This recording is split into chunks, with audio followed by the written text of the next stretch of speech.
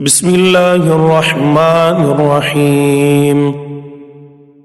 سورہ تبت، سورت نمبر 111۔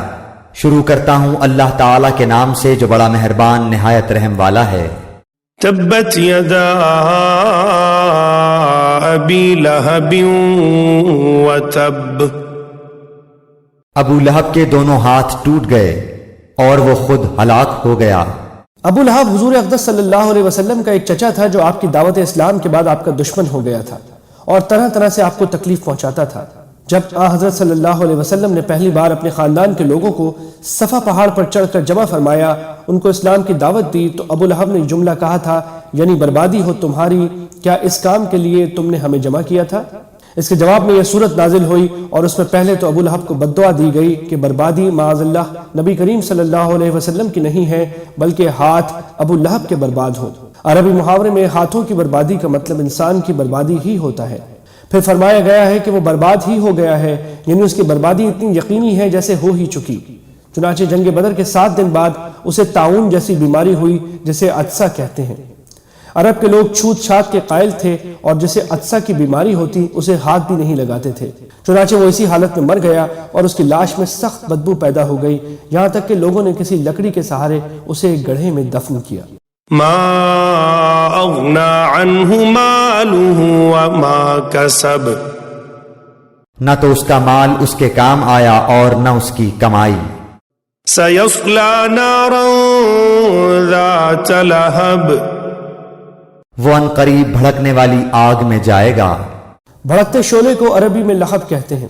ابو لہب بھی اس کو اس لیے کہتے تھے کہ اس کا چہرہ شعلے کی طرح سرخ تھا۔ قرآن کریم نے یہاں دوزخ کے شعلوں کے لیے یہی لفظ استعمال کر کے یہ لطیف اشارہ فرمایا ہے کہ اس کے نام میں بھی شعلے کا مفہوم داخل ہے۔ اسی مناسبت سے اس سورت کا نام بھی سورہ لہب ہے۔ وامرأته حمالة الحطب۔ اور اس کی بیوی بھی جائے گی جو لکڑیاں ڈھونے والی ہے۔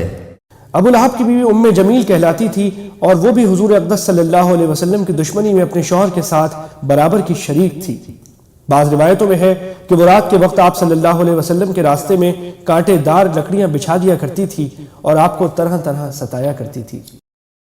اس کا مطلب بعض مفسرین نے تو یہ بتایا ہے کہ وہ اگرچہ ایک باعزت گھرانے کی عورت تھی لیکن اپنی کنجوسی کی وجہ سے ایندھن کی لکڑیاں خود ڈھو کر لاتی تھی، اور بعض حضرات نے فرمایا ہے کہ وہ حضرت صلی اللہ علیہ وسلم کے راستے میں جو کانٹے دار لکڑیاں بچھاتی تھی اس کی طرف اشارہ ہے۔ ان دونوں صورتوں میں لکڑیاں ڈھونے کی یہ صفت دنیا ہی سے متعلق ہے، اور بعض مفسرین نے یہ فرمایا ہے کہ یہ اس کے دوزخ میں داخلے کی حالت بیان فرمائی گئی ہے، اور مطلب یہ ہے کہ وہ دوزخ میں لکڑیوں کا گٹھڑ اٹھائے داخل ہوگی۔ قرآن کریم کے الفاظ میں دونوں معنی ممکن ہیں، اور ہم نے جو ترجمہ کیا ہے اس میں بھی دونوں تفسیروں کی گنجائش موجود ہے۔ فی جیدہا حبل من مسد۔